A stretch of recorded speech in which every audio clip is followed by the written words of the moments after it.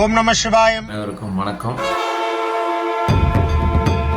வருகின்ற பிப்ரவரி மாதம் 26ஆம் தேதி பக்கத்துல காரனோடை எருமை வெட்டிப்பாளையத்தில் 2000 வருஷம் ரொம்ப பழமையான கோவில்.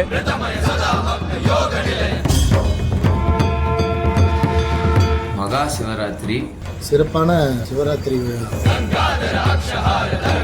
பரமுக்தீஸ்வரர் காமாட்சி அம்பாள் உடனுரை திருக்கோவிலில் மகா சிவராத்திரி வெகு விமர்சையாக நடைபெறுகின்றது.